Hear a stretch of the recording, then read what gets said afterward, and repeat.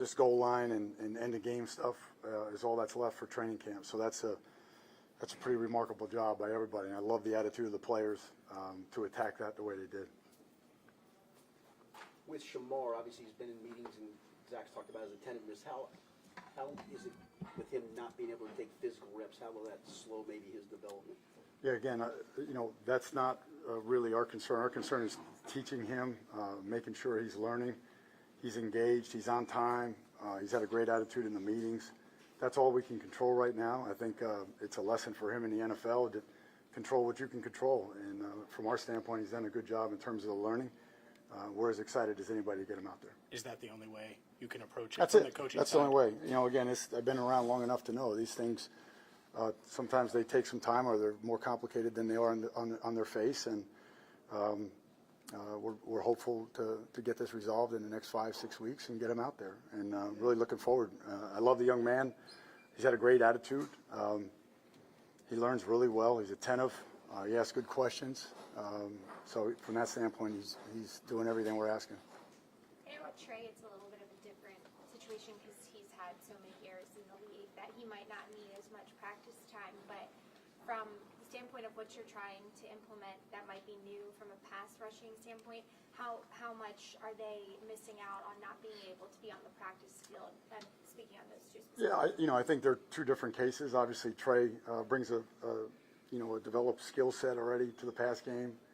In a lot of ways, we have to cultivate the defense around that, and we will. I'm confident, obviously, in Trey's intellect, his approach as a pro, that he'll get caught up, in those 47 days before the opener. So, I'm confident of that. So, just looking forward to seeing him again and coaching him. How much is affected by the defensive line right now between Trey, Shamar, and BJ not practicing right now? How much does that affect what you guys are trying to do? It affects us in a positive way, as ironic as that is, because you're already preparing for that injury when it exposes itself during the year.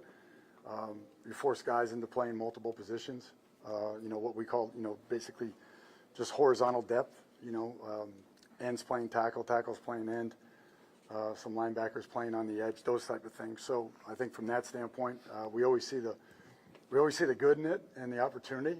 And I'm being serious on that. Some guys have really taken advantage of their reps and their opportunity. And obviously, I think we'll be more formidable when those guys come back. Besides that perspective, you said some guys have really taken advantage. Who has stood out? Well, man, Joseph Osai's had a great camp. Camp Sample, coming off the Achilles, has overachieved to this point, only because I didn't expect that type of athleticism to spring back as quickly. So that's been great. I think Chris Jenkins has really done a great job. He's had an awesome attitude all camp. And I'm sure I'm leaving some guys out, but at the end of the day, Cedric Johnson's another one that has really seized that opportunity. So, from that standpoint, we're all pros here. We're all trying to get to the end game. And from that standpoint, we're coaching the guys that are here. We miss the guys that aren't here, but we have to move forward. And that's, in a lot of ways, that's kind of emblematic of what happens during the year. So guys are going to have to step up. What have you seen from doing some things differently? I'm sorry. Al, obviously you're doing some things differently. What indicates to you, both in the film room, classroom, and on the field, that they're picking up the different things you're trying to instill? Yeah, I think the details, the communication. Again, I'm not looking for it to be perfect right now because it's really been a heavy lift in terms of having an install every day. In training camp, we'll have an install and then maybe 2 days in between, or some walkthroughs at night, or the walkthrough will precede the install. So I'm not worried so much about it being perfect, but I am excited about, A, the communication, and then B, that I don't see the same mistake twice, which has been awesome, and that's a credit to the coaches as well. I'm sorry. What have you seen from Knight? Have you seen a former quarterback? Have you seen that kind of knowledge? Just consistent energy. I love his approach to the game. He makes everybody around him better. He's a live wire. Just enjoys the game. And again, like he's got a grateful heart. That's how I look at it. Like he's really overcome a lot. He's not had everything come easy to him, and from that standpoint, he's grateful. He's grateful for the opportunity. We've made him play a bunch of different spots. He's long enough to play the edge. He's obviously strong and sudden enough to blitz. So I couldn't be more happier with us acquiring him. Looking at the secondary, what have you learned kind of the strengths of that unit, looking at the personnel? Again, I think Fig is a guy that has benefited from this time. And again, not just at nickel, but his ability to play multiple positions. I think Chuck and Jordan do an unbelievable job with those guys in terms of building the depth for the season. Again, in our business, it's like the tyranny of comfort, right? Like, so it's comfortable for a coach to keep a guy at nickel or keep a guy at corner. These guys are just the opposite, Jordan and Chuck. They make the guys play a bunch of different spots, so that when that comes, when that occurs during the season, it's second nature for the guys to play a different spot. So we've been moving guys around, and they're a fun group to coach. Their football intelligence, their energy, both in the classroom and on the field. And I'm just really excited about them as a group. Al, did you foresee adding a veteran safety, or are you pretty good with where the safety room is? Yeah, again, we have a great personnel department. We relied on them heavily for the 3 picks that we had on defense. We hit on all of them. And I feel like they do it way better than we do it in terms of the marriage between needs and, things that are open right now. And then also, looking at it, from the standpoint of a cap. So if there's opportunities to make our team better, I know they're going to do that. They did that when I was here last time. And I really think whether it was waivers with Joe Bocci last time I was here, or we went out and got Clay Johnston and Keandre Jones and all those guys that played linebacker, that ended up being a really good group because of what they did upstairs. Are you moving those corners around to cross-train them, or can you do that in the season? Yeah, we'll see. We'll see where it goes. It's a little bit early for that, but I think, they show again, it's one thing to be smart and it's one thing to love football. But to love the approach and the process the way they do, that's what's been awesome every day. And that's what motivates us as coaches to be better every day. So I think those guys' approach is like, give me more, let me do more things. Let me play corner, let me play safety, let me play nickel, let me play dime.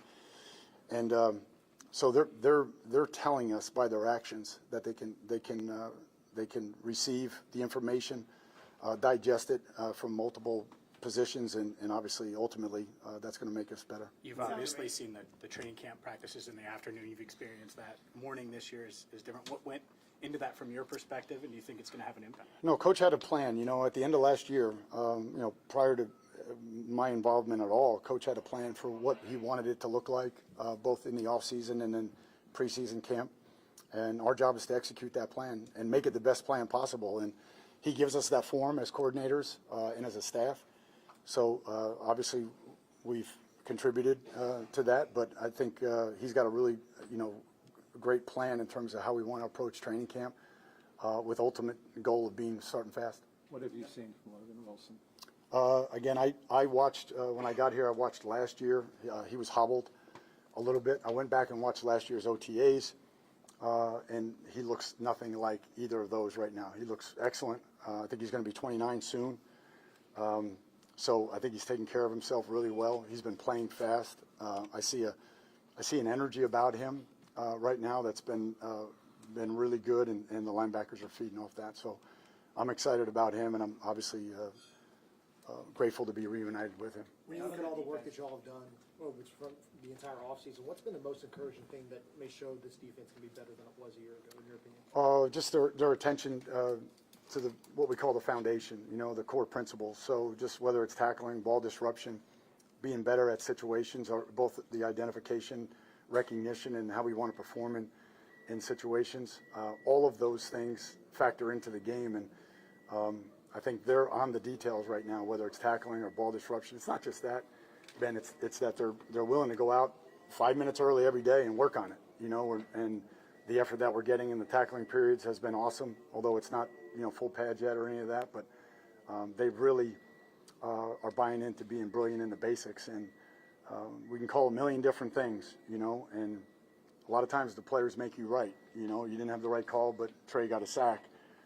But there is no substitute for, the tackling, the ball disruption, being great in situations, and so all those things are important to us. None of the defensive captains from last season are on the roster this year. Who's stepped up as a leader? Well, again, BJ's been out, but there's no question he's a leader. He's been really, really good. So I'm excited about him. Cam Sample, a little bit more on the quiet side, but has been a really, really good leader. Orrin Burks and Logan inside have done a great job. Fig at nickel has been really, really good. Jordan Battle. I'm sure I'm missing somebody. I hate answering that question in this forum because we've had a lot of guys that have stepped up.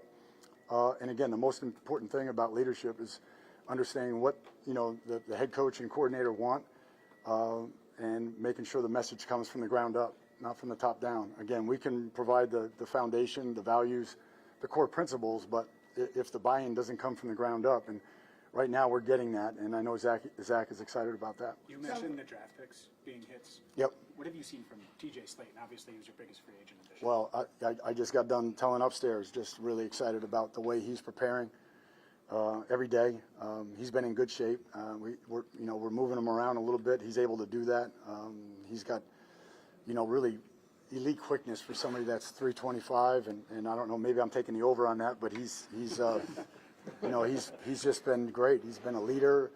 He's pulling guys aside during practice, and he's made us so much better and stronger inside, and he's just given us an opportunity to play a lot of different fronts with him.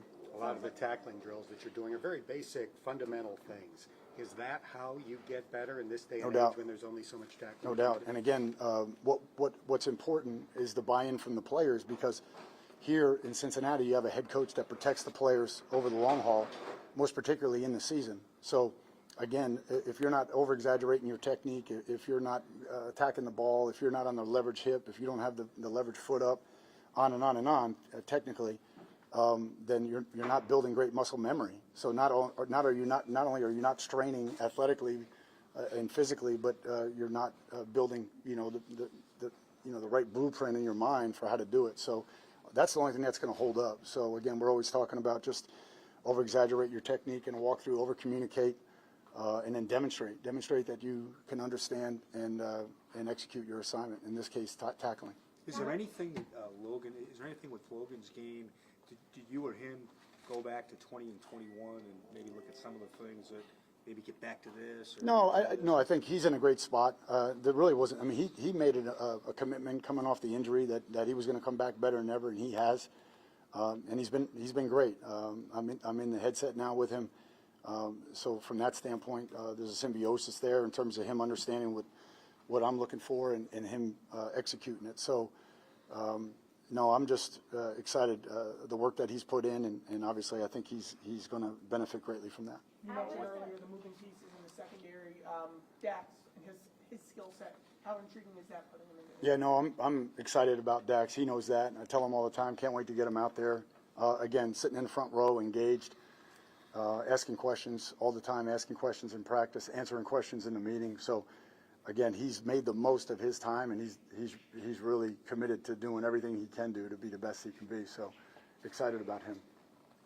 Miles Murphy, what have you kind of seen from him to this point, and what's your message to him about what you want to see take a next step for him in training camp? I think it's time, right? It's time. Again, right now, I think Jerry does an unbelievable job with those guys technically. It should start to quiet down for him now, just in general. Pass rush move, pass rush counter. Run, movement, run lockout, run disengagement. All those little things should quiet him down. And if we can get it to quiet, then let his athleticism take over. Again, he's got great range. He's got elite speed for the edge, and he's big. He's 6'6", 270 pounds, and he gives us some flexibility. So I'm really excited about him. But it is time. He knows that. It's time to go, and we're really counting on him. We really are. Was that kind of your vision, was to simplify his process in pass rushing a little bit, or in terms of teaching it to get the finish out of him? I think Jerry and Mike Moon have done a great job with him, just doing just that, trying to keep it simple. And it's the same thing with, how we take on a block, how we disengage from a block, how we want to tackle. All those things, just buzzwords, stimulus response defense. Everybody play fast. And if we can do that, if we can achieve that here in the next, 8 weeks with him, 9 weeks, then we're going to have something. What have the last 5 months been like for you obviously it was probably drinking from a fire hose, trying to get caught up when you first took the job. Yep. So now, I mean, I would assume this is probably the best part, seeing your vision come to life on the field. Yeah, just grateful to be here. Love being a part of the Bengals organization. Love coming to work every day. The coaching staff that we have is awesome. They exceed expectations every day. And it's been hard. It's been really hard going from, you know, you have to assess, you know, your current roster, then transition to the draft, and then, you know, get on the field. And there hasn't been many days off for us. You know, we were joking this morning. You know, I went from the longest season in the history of college football to straight work. So I am ready for a break, and I'm not afraid to say I'm going to take it. When you were hired, Zach said he told you to take a day off. Do you wish you would have taken? I wish I would have listened. I wish I would have listened. Where will you go? A little bit earlier, you know, coming from the college ranks, and then you know how NIL has changed things. How do you think it's maybe affected the pro readiness of players, given kind of all the NIL and the portal? How do you feel like that's prepared guys, or how's that affected their readiness to be rookies? Well, number one, I was really blessed to be at Notre Dame because, again, there's a commitment. There's a long-term commitment there. No one's immune to the NIL, but at least there we had guys that understood the value of trying to get a degree. We had multiple guys, maybe dozens of guys that were in postgraduate classes or getting postgraduate degrees. So from that standpoint, I didn't experience it to the degree that maybe you're talking about. But I did read somewhere recently where people are factoring that in to their decision making. You know, if you're a 3-school guy or a 4-school guy, well, how are you going to put roots in here, you know, and just dig in and fight through? I mean, again, we're trying to build a team for 21 games, you know, so it is never pretty. And again, when I was here in 21, there was a lot of people saying, we got to change the staff, you know, after we lost to Philly. It was Philly that year, I can't remember, at the bye anyway, but and then again, everybody stays together. We had great leadership from Zach. We got great leadership in the locker room. So all those things factor into what you're saying, Ben. Okay, guys. Yeah, thanks, guys. You too, guys. Enjoy your break. Take a day off. Yeah. Ready for vacation? I'm gonna take it. Al Golden and all. We all agree. Can we get it on t-shirts? Yeah, that's my. That's my Print the shirts. Print the shirts. Al. I'm gonna take the vacation. And I'm gonna take it. Yeah, you okay? You need to get out of there. It's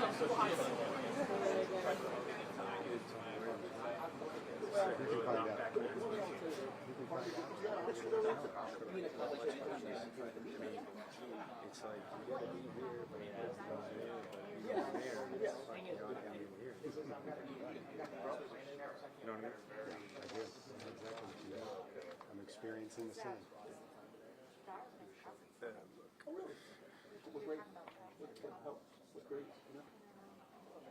Did you get your vacation?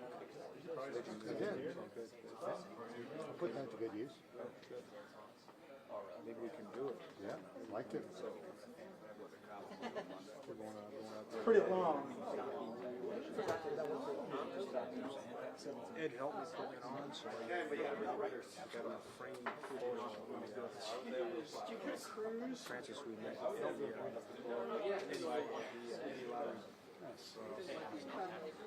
it used to be, it's the last time we had any legend. It's not there anymore. Somebody grabbed a pretty good place. How long are you going so often? It's always one of my more favorite sports pictures. Actually, kind of, I know it's 1913. It's like,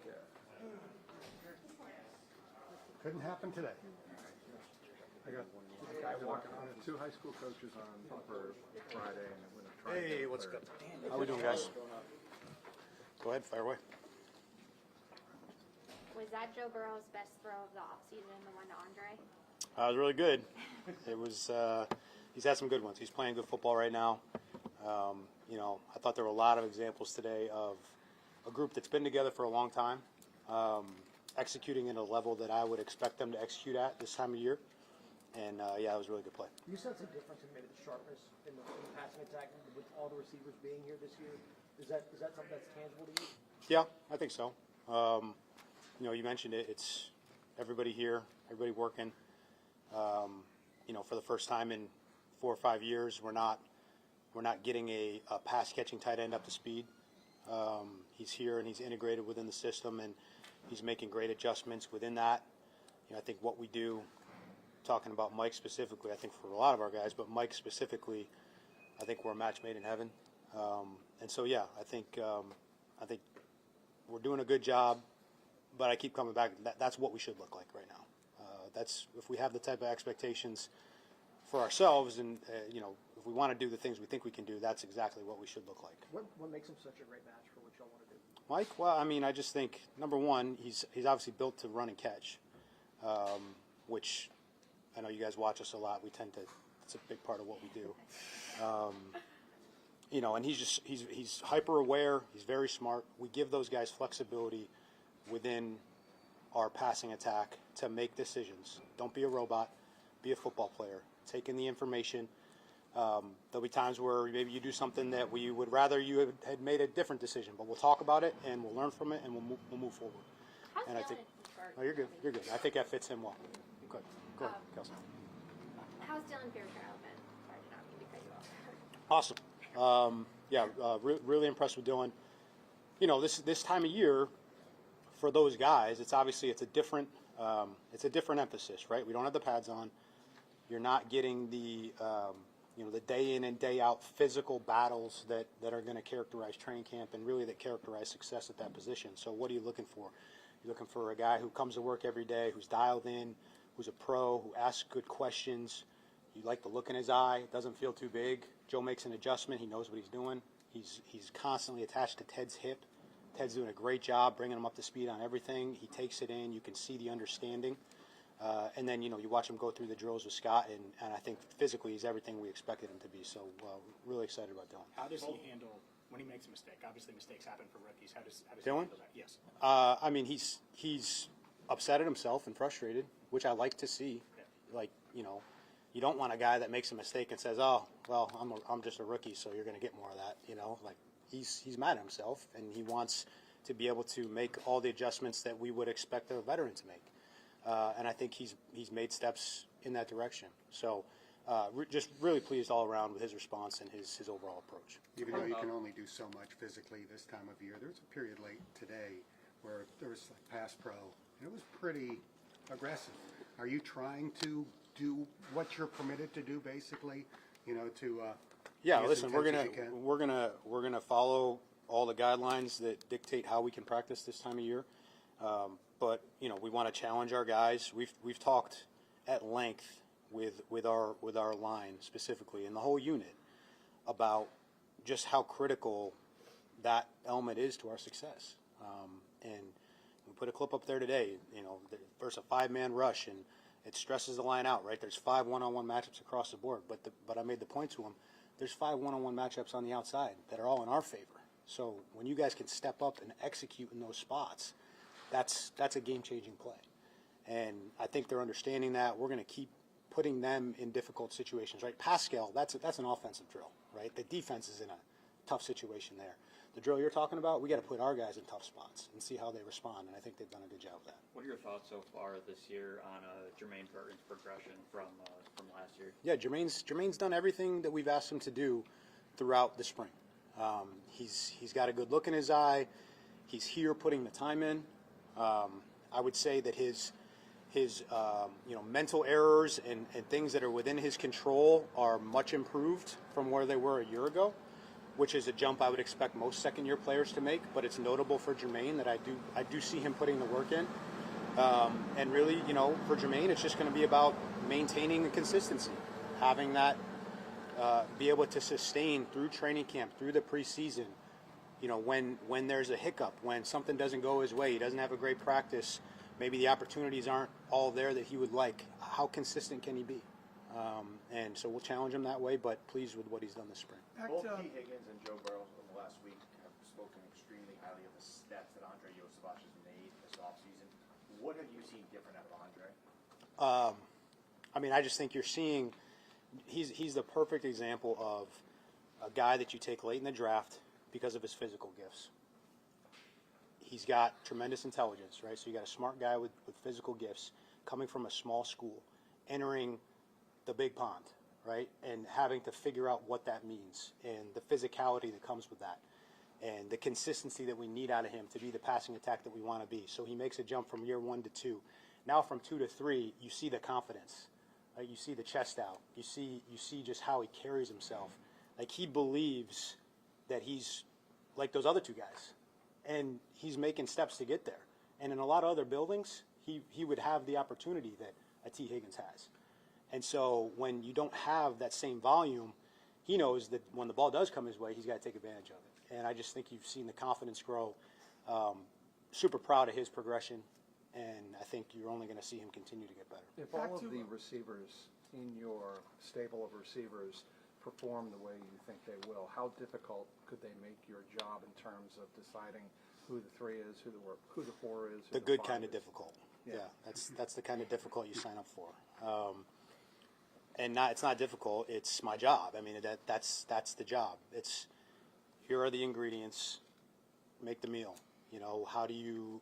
And we got some really good ingredients. So we're gonna find out. We're gonna figure out ways to keep them all involved. That's what the off season's for. That's why we have really smart coaches on staff who have their own areas of specialty, who spend a lot of time working on that, and who bring great ideas to the table. So How different are their skill sets at this point? all the 3 receivers. Yeah, Or, 4. well, yeah. I mean, you know, Jamar's Triple Crown winner. He does everything. T is close behind him in terms of his game-changing ability. You guys can just look at the stats of how we play when they're both on the field, in terms of a vertical stretch, in terms of the way he can separate from a 6'4" guy that weighs what he weighs and moves the way he moves. Not normal. Dre can do everything, right? We put him in all 3 spots. We ask him to do everything. He does the dirty work. He can also win in man coverage when they decide to double team Jamar and T. We got a winner in Dre. We got a winner in Mike Gesicki. And we got a winner in Chase Brown. So, good luck. Have you seen kind of Burrow push himself, kind of trying to thread the needle over the middle and kind of see what he can do and see what he can get away with, and he's getting away with it? Yeah, I think you could characterize it that way. I just see a guy that's seen a lot of football, played a lot of football, has absolutely no fear whatsoever, total comfort and confidence in himself and in his skill set. And if there's a window, he's gonna throw the ball in it. Like, doesn't matter how big it is, he's gonna make the throw. And there's been a lot of really tight window throws that he's made. What's You something saw you'd him. like to see in the run game this season? Yeah, I think there's certainly room to grow there. I think we made strides at times last year. You know, I think what we look like that'll kind of work itself out during training camp, because there's some different directions that can go without getting too lost in the weeds. We have to continue to be able to take advantage of when teams dedicate resources to stopping the passing attack, i.e. shell coverage and creating, 6 5.5 man boxes. Those are things that we have to be able to take advantage of. So that just means we don't have to do every run scheme in the world. We can make sure our universe is just the right size, rep it over and over and over again, and then just execute consistently up front. And I believe in Chase Brown. I think he's a top 10 back in the league, so I think he'll do the rest. If you can get the backs involved in the pass game as well, how much more dynamic is that? Is that a big focal point for you all this season, and trying to see what they can do in the pass game as well? Yeah. I mean, I think, again, like Chase is another guy. He kind of fits in the same category as Yoshi. Like the progression's natural. He's got a well-rounded skill set. I think he obviously contributed in that phase a lot last year as well. And so you start to see, well, what else could we do? Where else could we put him? And all along, you have to. There does come a point where you have to focus your resources and make tough decisions, because there's a lot of good ideas, and you just have to decide which are the ones that we need to invest time in. But yes, getting the backs involved in the pass game is something we intend to do. Is right guard likely to be Cody Ford or Lucas Patrick in a training camp battle? I think it'll be a good battle, and those guys are 2 competitive guys that know what NFL football looks like, and I look forward to seeing how that plays out. Since you've been here, training camp's been in the afternoon. It's going to be in the morning for practice. Mm-hmm. From your vantage point, why the change? Why do you think it'll be beneficial? I think I've never been somebody who is a big proponent for change for the sake of change, but in this case, it's not gonna hurt. you know, and it's when you've been together for as long as we have, shuffling something that's simple, that is inexpensive, I think it's good. I think, you know, from a logistical standpoint, it can sometimes help with the heat a little bit for the players. I think the players are probably happy. From a coaching standpoint, it does affect how you prepare. You go from having a walkthrough in the morning to prep for an afternoon practice to now your walkthroughs the night before to prep for a morning practice. So just the flow of your day and how you organize meetings and how you plan ahead, that it does kind of have a significant impact on that, but it's just getting used to the new schedule. So I'm excited about it. We'll see how it goes. Just following up on that, every time we've asked Joe about starting faster, he's really taken onus and said it's really on the players to play better, not so much changes that Zach could make or anything. How much of that do you think is true in that you guys, you said you just want to change things for the sake of changing, but how do you get them to play better without changing a lot of what you know works? Well, I would expect Joe to say that, and I think it is our responsibility too. I think everybody needs to look at what piece do we share, you know, and how can we affect the outcome and move it in the direction we need to move it. So, sure, yeah, they got to play better. We got to coach better. We got to plan better. We have to make sure that we're coming out of the gates with the intensity and the focus that we need to come out of the gates with. At no point over the last 3 years or whatever it is, has it felt like we've lacked in that area. So but the results are the results. So you got to be self-critical and look at what can you do differently, and then, you know, just focus on the day-to-day, making sure we're exactly where we need to be, operating on all cylinders when the ball kicks off week 1. And there's, you know, anything that gets in the way of that, we got to minimize, and we just got to push forward. What has it been like for you to know that all of your weapons this offseason pretty much unchanged, coming back with the, you know, consistency and continuity? Continuity's huge. Yeah, you know, it gives you a sense of comfort as a coach, and it's nice because you can really work to build on each year's a new year, right? So that much is true. But one of the first things we talked about as a unit when we got together this spring was there are very few offenses in the league that have the experience and the time and the reps together that we have. So don't apologize for that. Take advantage of that. Build on the foundation that currently exists. And I think we've done that this spring. So it makes you feel good, but you have to use it. Don't if someone's giving you a head start in the race, don't go back and start with everybody else. Take the damn head start and use it. And that's what we're trying to do. How do you, you mentioned your confidence in Chase. How do you see kind of the rest of that room supporting him? Kind of in the Jamar Chase or Chase Brown? Chase Brown. Chase Brown? Running back there. Yeah. Love having Samaje back in the fold. Really smart, pro, tough. You know, I could, you know, every superlative I could give to Samaje. Like, coaches are going to love the dude because that's just how he's built. I think he meshes well with Chase. Taj has been excellent. You know, he's a rookie. He's going to do some rookie stuff, but really happy with him. I think he's a guy in most years gets selected higher than where he got selected. It was a deep running back draft, so we're fortunate we got a chance to take him. And then after those, you know, those guys, it'll kind of shake out. You know, we'll see with Zach and you know, the other young guys, and just kind of go from there. Good. Thanks, All right. Thanks, guys. Appreciate it.